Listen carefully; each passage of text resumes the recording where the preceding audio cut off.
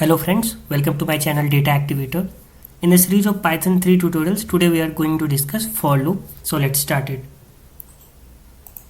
I've created a file forloop.py. I will give this file in the video description also. You can download it from there. It will be like a note for you where you will have the theory parts as well as the coding which I will be doing in the video. Okay, so first put it in the full screen mode and we'll discuss for loop only. What is for loop in Python? For loop, not only in Python but in other programming language also, is used when we want to execute a block of code repeatedly. So like I want to do some execution and I want to do it again and again, so I will put all those block of code inside a loop. So we can use for loop or while loop in Python to do that. So let's discuss how to use that in for loop. In the later video we'll discuss while loop. So the syntax for loop will be something like this: for, and we'll define a iterating variable. That iterating variable will iterate through the sequence, and this sequence can be anything. It can be list, string, tuples, or even dictionary, that is mapping type. So this iterating variable will iterate through the sequence and will do the execution which is written there.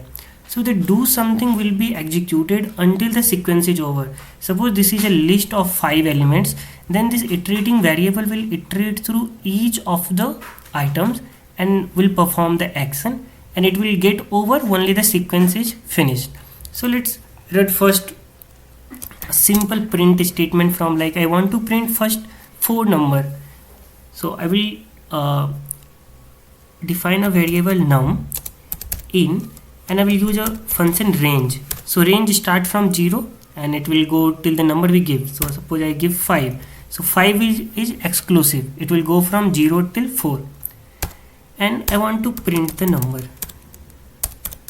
As you can see, this range is like sequence, whether it has all the value 0, 1, 2, 3 and 4. If I run it, you will see we got the result at 0, 1, 2, 3 and 4. As soon as the 4 has come, our execution stops because next time it is not in our sequence. Sequence has been finished.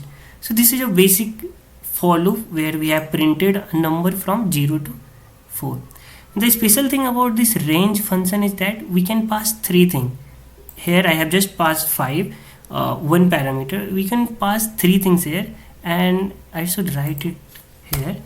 In range we can pass 3 things, some from start, then end.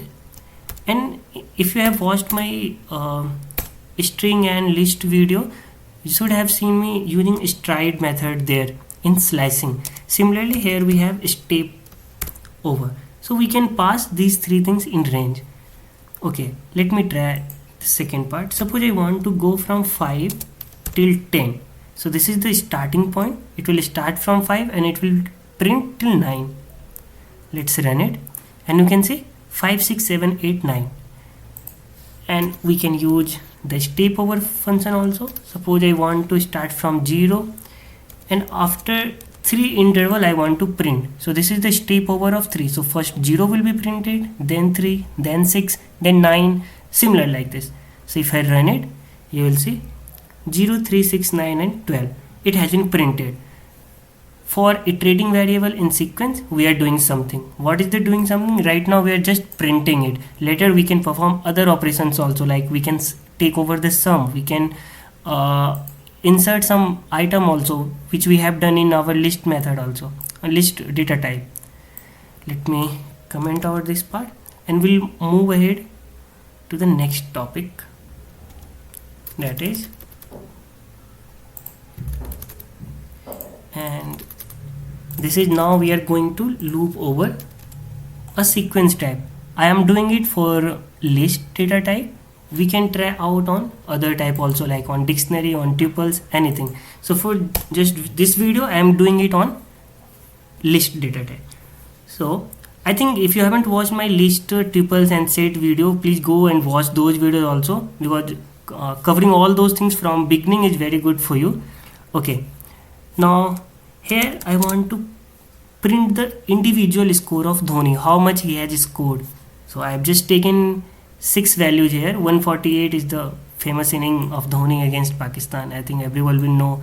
This 91 is 2011 World Cup, 183 against Sri Lanka. I've just given one time 0 also because it might possible that Dhoni got out on 0 also. I use this Dhoni variable because he's like my favorite player in cricket, that's why. Okay, now I want to print the score of Dhoni. What we will do? I will create a iterating variable. So this is the syntax, iterative variable. So I can take any name, X, Y, Z, anything. But I am taking the name as score because it will be more readable if you take the iterating variable similar to the list name. So for score, in which list or which sequence? Dhoni sequence. Dhoni underscore score. Now inside this I want to do something. What? Right now I just want to print the score of Dhoni. So if I run it, you will see all the score of Dhoni will be printed. Okay. So what this iterating variable, this score is the iterating variable. It will start from 148, it will print it, then it will move to the 91, it will print it. So it will keep printing this score until this sequence is not over. So at the time 85 has been printed, next time there is nothing in the sequence, so it is coming out of the loop. So for loop is going to be end there. This way we have printed. I told you that right in do something we can perform a lot of things, like we can, if we want, we can insert an item also, which we have covered in list. Right now suppose I want to take the sum of the score, how much Dhoni has scored. So I will create a variable total equals to 0. So right now the total score of Dhoni is 0. Now I want to take the sum of his score. Okay. Oh, sorry. Okay. Now the Dhoni score, I want to take the total sum. So I will call total equals to total plus score. We can write like this, or even we can write like this, plus equals to store. So I will just comment out this part because it's better to use this method, shorthand notation. Total plus equals to score. This one is similar to this. Okay. Now once this loop is over, I want to print the total score of Dhoni. Print total. If I run it, you will see the total score Dhoni by is 563. It is the sum of all these variables. How this thing happen?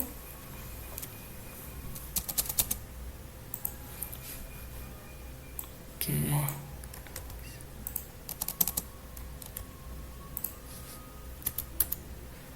Yeah. So right now total score is 0. This has been 0. Now the score is 148. So 0 plus 148, it will be 148. And now the total is 148. Next time when the score is 91, it is going to be 148 plus 91. Now the third time it will be the total sum 148 plus 91 plus 183. Like this total will get updated each time this score is iterating through the sequence. Once the sequence is over, our loop will end. Now the loop has ended, the control will come here and we are printing the score. Suppose I want to print the average of the Dhoni. What was the average in this match? So how we calculate the average? Total divided by the number of innings he has played. So total is 563. How many innings he has played?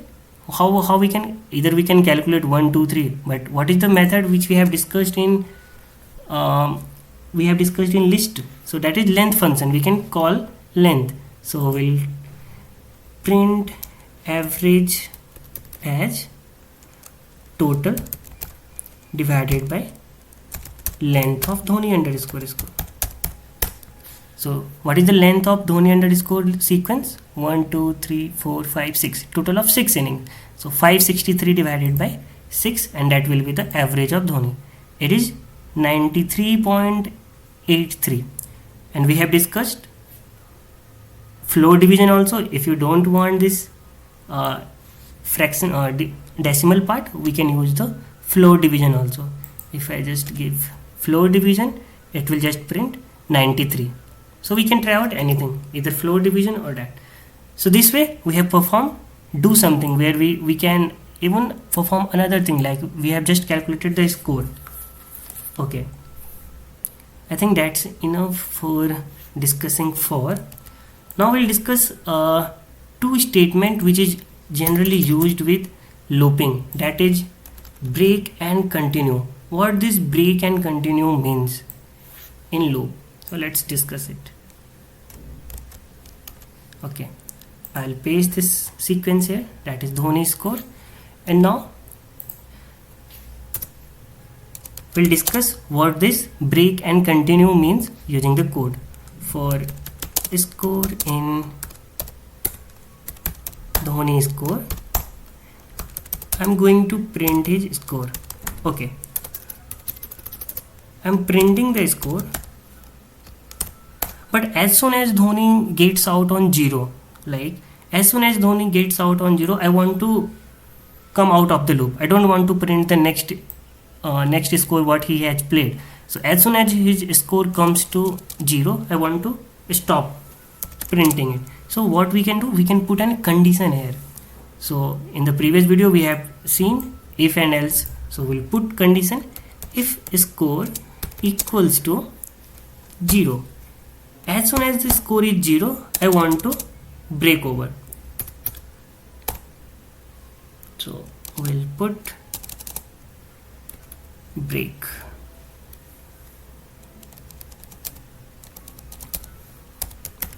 Break. Okay, now let's run it. We can see 148, 91, 183, 0. Even 0 has been printed. Why? Because before breaking out we have printed it. So let's understand what this break has done. The score iterating variable will start from 148, it has printed. Now it will go to 91, it has printed. Now 183, it has printed. 0, now it has printed 0, and now it has checked whether the score is 0. Yes, it is 0. So it is going to be breakout. So no 56 and 85 will be printed. If I put this print statement down here, you will see this time 148, 91, 183 will be printed and 0 will not print. Let's run it. So what happened? The score variable, it started iteration from 148. It had checked the condition 148 equals to 0. No, it is true. So it came to here and it has printed it. 91 is equals to 0. No, it is not equal, so we have printed. 183 not equal, so printed. As soon as it reached 0, it has checked the condition 0 equals to 0. Yes, true, so break it. So what does this break mean? We had just come out of the loop, so no further iteration from there, no 56 and 85. So as soon as the condition reached, and if you have applied break, it is going to come out of the loop. So the execution has come out of the loop. So this is the condition of using break. With the break statement, we can stop the loop before it has looped through all the items. So even though there were items remaining 56 and 85, our loop has stopped. Now we'll discuss continue. As the name suggests, we'll stop the current iteration of the loop and continue with the next. So let's see it also. For score in Dhoni underscore score, we are going to print the score, but this time as soon as Dhoni score is highest run, that is 183, I want to go over the other iteration. Like I don't want to print the 183 run he has scored. I want to print 148, 91, but as soon as he reached his highest score, I don't want to print it. I want to go ahead. So what I will do? I'll put in condition here. If, what will be the condition? If score double equals to 183. If the score reaches 183, what I don't want to do? I don't want to print it. So just to pass it, I will give continue. So what it will do, it will stop the current iteration. What does continue does? It stop the current iteration of the loop and continue with the next. So it will stop this 183 iteration at this time and it will go to the next iteration. So now run it and we'll see. Syntax error. Okay, why this extra colon there? Print score, and we can see 148, 91, 0, 56 and 85. We haven't printed 183 because we have used the continue statement. So this way break and continue works in for loop. If you want to come out of the loop on a certain condition, we can use break, or if you want to just pass over a particular condition or go to the next iteration, you can use continue. So this was about break and continue. Now we'll discuss our last topic, that is how we can use nested for in Python. Nested for means we want to loop over two sequences. That is, our first sequence is number of list, that is 1, 2, 3, and alpha list like alphabet list A, B and C. So how we can loop over both of the list at the same time? So this is a proper syntax. So for first iterating variable in outer loop, so what will be the iterating variable we can give? We can give the name as number. So iterating variable from first will go it. If you want to do something on the first loop also, we can perform, or you can leave it also. The second iterating variable and give the second loop name, nested loop name, and perform the action. So here I am going to run for number in num list. So for the first sequence I am iterating over the number, and now what is the second iteration I want to do? I want to perform on the second sequence, that is alpha list. So let it be letter. For letter in alpha list. Now this time I want to print. Okay, let me put number here also. Print number, and here I will pass two things, the number and letter. Okay, what will be the result? Can you guess out? So it will start the iteration from number. So first number will be iterating, and now it will print number. Now the second loop has been started, so 2 will not print right now, so it will go to the second iteration, that is 1 has been printed. Now later in alpha list, so this for loop will continue iterating its item until this alpha list is over. So this time it is going to print first A, then B and C. So for a single one we are going to print ABC. Now this loop will get over. Now the outer loop will start. So that time also 2 will be printed and then 2 ABC. So let's run it and we can see the result. First 1 has been printed. Now as soon as the 1 printed, our nested loop has started. So we are printing 1 and the later. So till the time the second loop, that is the nested loop, gets over, we are not iterating on the outer loop. So 1A, 1B, 1C will be over. Then it will print the second item, that is 2, and again it will go to the 2A, 2B, 2C, and it will over, then come to the outer loop, that is 3, it will print 3 and then again execute the nested loop, that is 3A, 3B, 3C.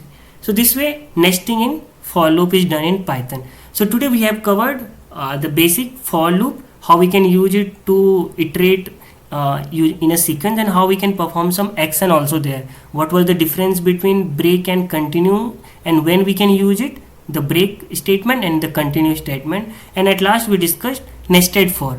So in the next video I will discuss another looping type in Python, that is while. That's enough for today's video. If you like the content, please like the video, and if you are new to the channel, please subscribe it. Thank you for watching.